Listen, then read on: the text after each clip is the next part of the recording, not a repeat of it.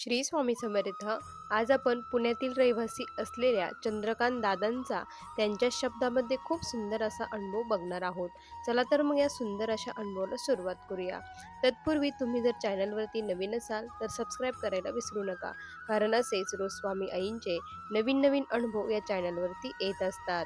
दादा म्हणतात, सर्वप्रथम सर्वांना श्री स्वामी समर्थ.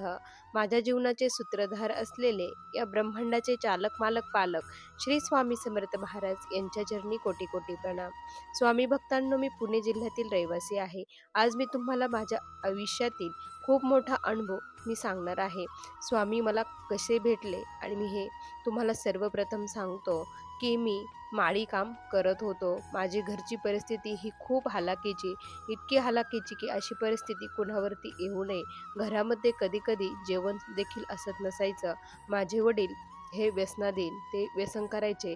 आई ही खूप मोलमजुरी करत असायची. लोकांची धुणे भांडे करून माझी बहीण आणि मला दोघांना ती शिकवत होती. मी माळी काम करत होतो आणि त्याचबरोबर ॲग्रिकल्चर ही करत होतो. माळी काम मी वयाच्या 14व्या वर्षी हे काम करत होतो आणि जिथे मी माळी काम करायचो त्या ताईंच्या घरी स्वामींचा खूप मोठा फोटो होता आणि स्वामींचं मला ते खिडकीतून बघितल्यानंतर स्वामींचं दर्शन व्हायचं.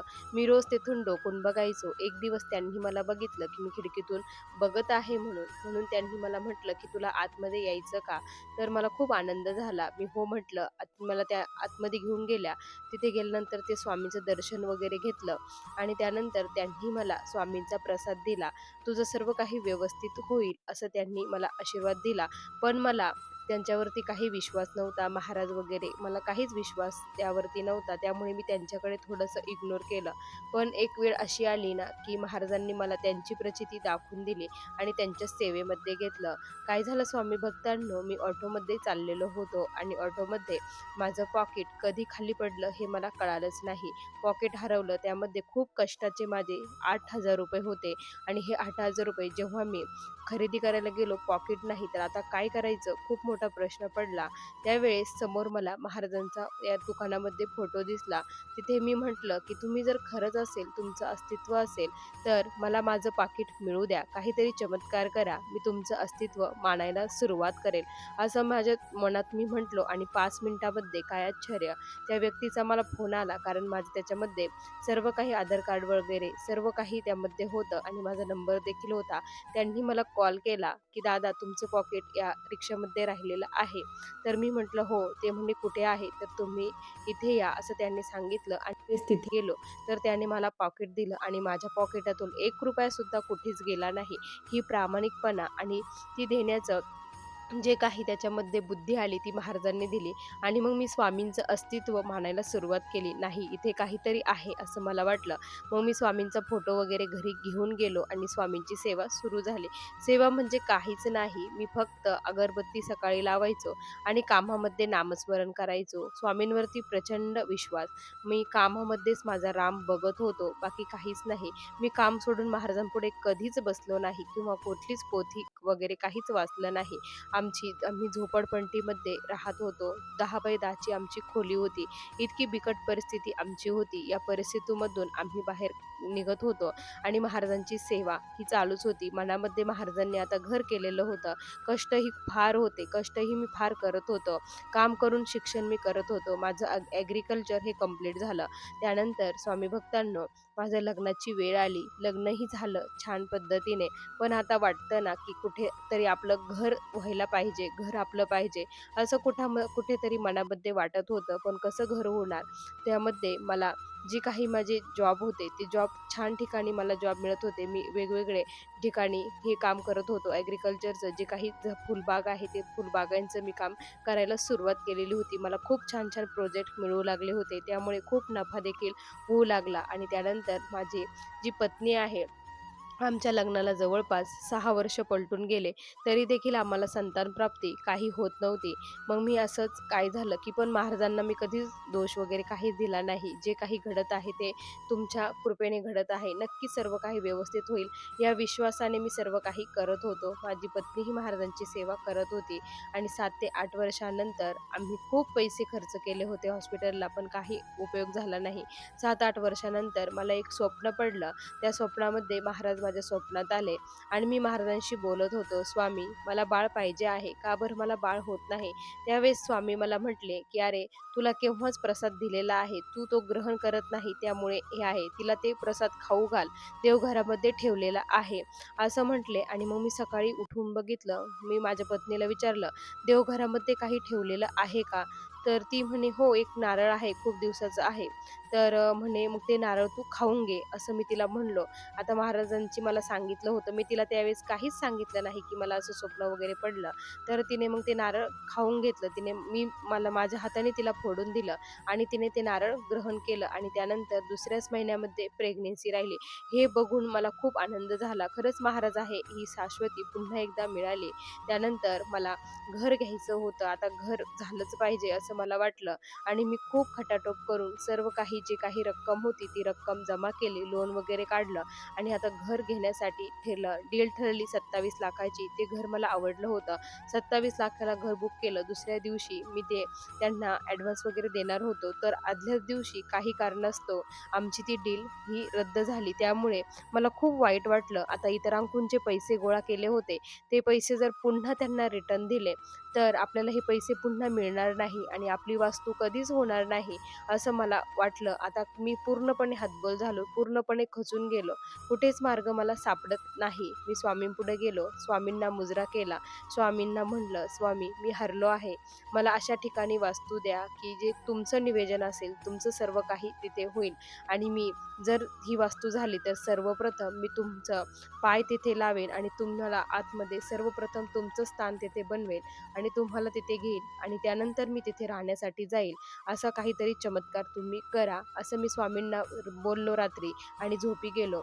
दुसऱ्या दिवशी सकाळी उठल्यानंतर अचानक मला फोन आला. "तुम्ही इथे घर शोधत आहात का?" तर मी म्हटलं, की "हो, शोधत आहे. तुम्हाला कोणी सांगितलं?" तर ते म्हणे, "मला असंच कळालं. तर शोधत असेल तर तुम्ही घर बघण्यासाठी या. इथे एक घर आहे." हे मग मी अंघोळ वगैरे केली, स्वामींना मुजरा केला आणि मी घर बघण्यासाठी गेलो. वास्तू खूप छान होती, खूप मला आवडली.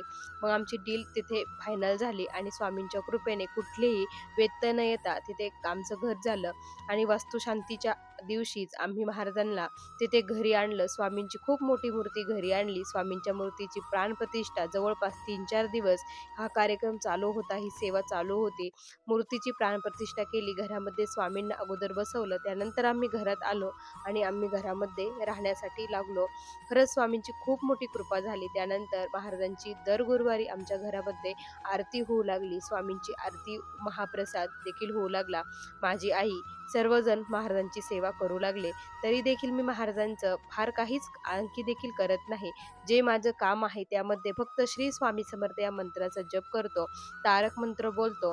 जिथे-जिथे झाडं लावायची आहे, तिथे मी प्रत्येक ठिकाणी श्री स्वामी समर्थ या मंत्राचा जप करूनच झाड लावतो. तर ते झाड खरंच खूप छान फुलतं. त्याला खूप फुलं येतात, फळं येतात आणि आमच्या घरामध्ये जी काही बाग आहे, तिथे आम्ही महाराजांचे जे काही निर्माल्य असतं, महाराजांचे हार वगैरे असतं, ते आम्ही कुजवतो आणि त्याचं खत-पाणी आम्ही त्या झाडांना, फुलांना देतो आणि त्यापासून इतके छान फुलं येतात, की खरंच मी तुम्हाला शब्दात सांगू शकत नाही. महाराजांच्या निर्मल्यामध्ये देखील खूप ताकद आहे. म्हणजे महाराजांमध्ये किती ताकद असेल याचा तुम्ही विचार करू शकता. माझं जे काही आज जीवनामध्ये आहे ते फक्त स्वामींच्या कृपेने. अवघ्या 7 वर्षामध्ये स्वामींनी मला खूप काही दिलं. इतकं दिलं, की माझं पूर्णपणे माठ भरून स्वामींनी मला आनंद दिला आहे. जर आपल्यामध्ये थोडंसं जर दुःख येत असेल, तर आपण दिलेल्या माठाचा विचार केला पाहिजे. त्या दुःखाचा विचार केला नाही पाहिजे. कारण स्वामी महाराज प्रत्येक भक्तासोबत असंच करत असतात. त्याला खूप आनंद देतात आणि थोडंसं दुःख देतात. ज्यावेळेस आपल्याला थोडंसं दुःख मिळतं, त्यावेळेस आपण महाराजांना खूप दोष देतो, खूप बोलतो. माझ्याच बाबतीत असं का बरं घडतं? हा प्रश्न देखील आपण महाराजांना विचारतो. पण त्यावेळेस आपल्याला त्या दिलेल्या सुखाची आठवण होत नाही. प्रत्येक भक्ताने असं करू नये. महाराजांनी दिलेल्या सुखाची आठवण करावा आणि दुःखामध्ये ते लढण्याचं सामर्थ्य त्यांना मागावं. मग बघा स्वामी तुमच्यावरती कशी कृपा करतात. ज्यावेळेस माझी पत्नी ही प्रेग्नंट होती, प्रेग्नंट असल्यानंतर माझ्या पत्नीला म्हणजे 7व्याच महिन्यामध्ये ज्यावेळेस तिला त्रास व्हायला लागला, ॲडमिट तिला केलं. ॲडमिट केल्यानंतर डॉक्टरांनी सांगितलं, की खूप रिस्की आहे आणि यांची डिलिव्हरी लगेच करावी लागणार आहे. हे ऐकल्यानंतर मी महाराजांना काहीच म्हटलो नाही. सर्व काही स्वामींवरती सोडून दिलेलं होतं. स्वामींचा प्रसाद होता, सर्व काही होतं आणि विशेष म्हणजे दत्त जयंतीच्या दिवशीच तिला हा त्रास व्हायला लागला होता. तिची डिलिव्हरी झाली. दत्त जयंतीलाच आमच्या घरी मुलगा झाला स्वामींच्या कृपेने. पण डॉक्टरांनी सांगितलं होतं, की बाळाला काचेमध्ये ठेवावं लागेल.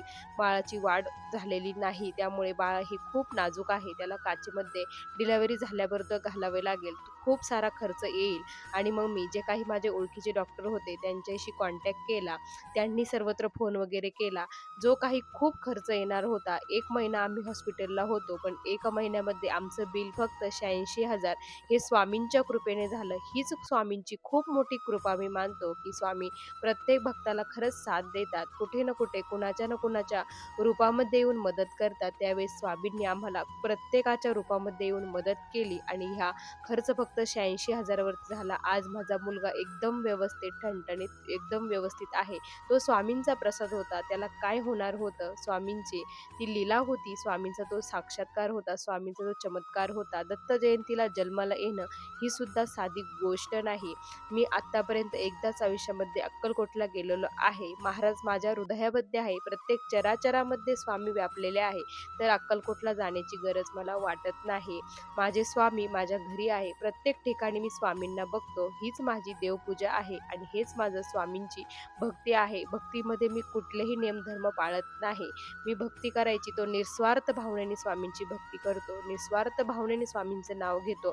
बाकी काहीच करत नाही. असे माझी ही सेवा आहे आणि असा माझा हा आलेला स्वामींचा अनुभव आहे. श्री स्वामी समर्थ. बघा स्वामी भक्तांनो, किती सुंदर अनुभव आहे या दादांचा. तुम्हाला हा अनुभव कसा वाटला? नक्की कमेंटमध्ये कळवा. पुन्हा भेटूया अशा सुंदर अनुभवासोबत. तोपर्यंत सर्वांना श्री स्वामी समर्थ. जय जय स्वामी समर्थ. श्री गुरुदेव दत्त.